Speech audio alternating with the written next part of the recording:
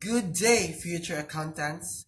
This is Ian L. Fermento, and I will be discussing about the role of International Monetary Fund. The International Monetary Fund was originally set up under the Bretton Woods system to help countries deal with balance of payments problems and stay with the fixed exchange rates by lending to deficit countries. When the Bretton Woods system of fixed exchange rates collapsed in 1971, the IMF took a new rules. The IMF continues to function as a data collector and provide technical assistance to its member countries. Although the IMF no longer attempts to encourage fixed exchange rates, its role as international lender has become more important recently. In 2010, the IMF made large loans to Greece, Ireland, and Portugal to help them avoid a default on their government debt. This role, which the IMF acts like an international lender of last resort to cope with financial instability, is indeed highly controversial. So, should the IMF be an international lender of last resort? In emerging market countries where the credibility of the central bank as an inflation fighter may be in doubt and debt contracts are typically short-term and denominated in foreign currencies, a lender of last resort operation becomes a double-edged sword as likely to exacerbate the financial crisis as to elevate it.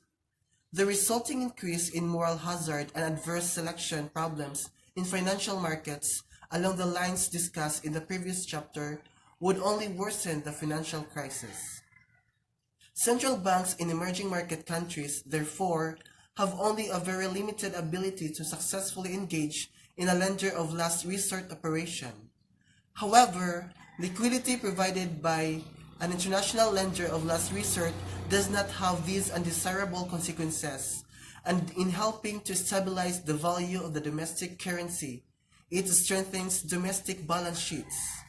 Moreover, an international lender of last resort may be able to prevent contagion, the situation in which a successful speculative attack on one emerging market currency leads to attacks on other emerging market currencies, spreading financial and economic disruption as it goes.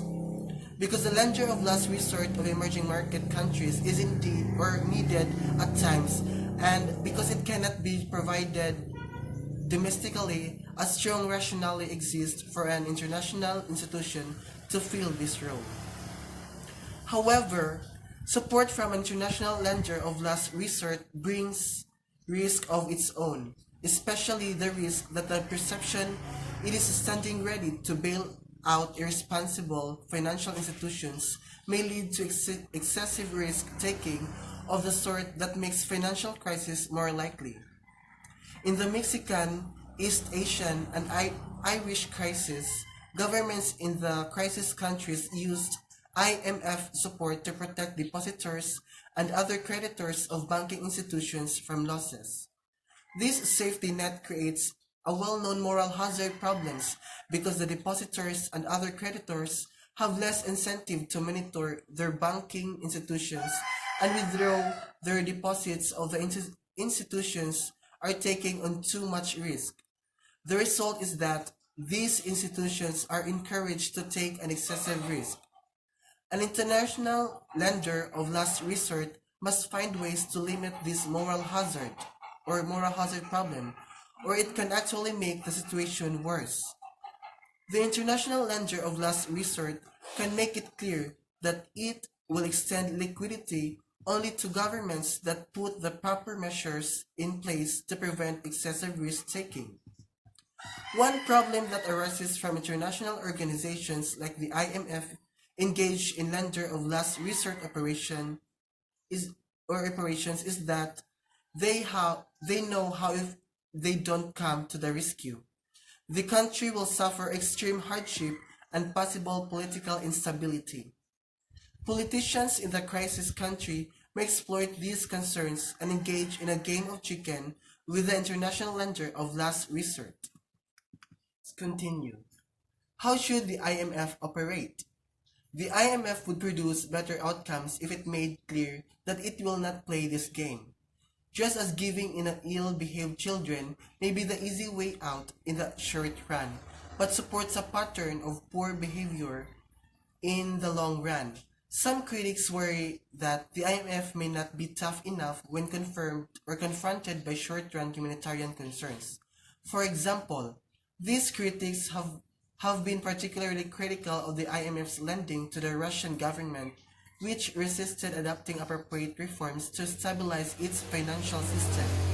The IMF has also been criticized for imposing on the East Asian countries so-called austerity programs that focused on tight macroeconomic policies rather than on microeconomic policies to fix the crisis-causing problems in the financial sector.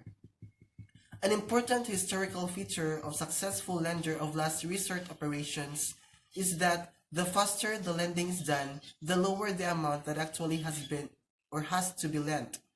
The ability of the Fed to engage in a lender of last resort operation within a day of a substantial shock to the financial system stands in sharp contrast to the amount of time if it has taken the IMF to supply liquidity during the recent crisis. Because the IMF lending facilities were originally designed to provide funds after a country was experiencing a balance of payments crisis, and because the conditions for the loan and to be negotiated, it takes several months before the IMF can make funds available.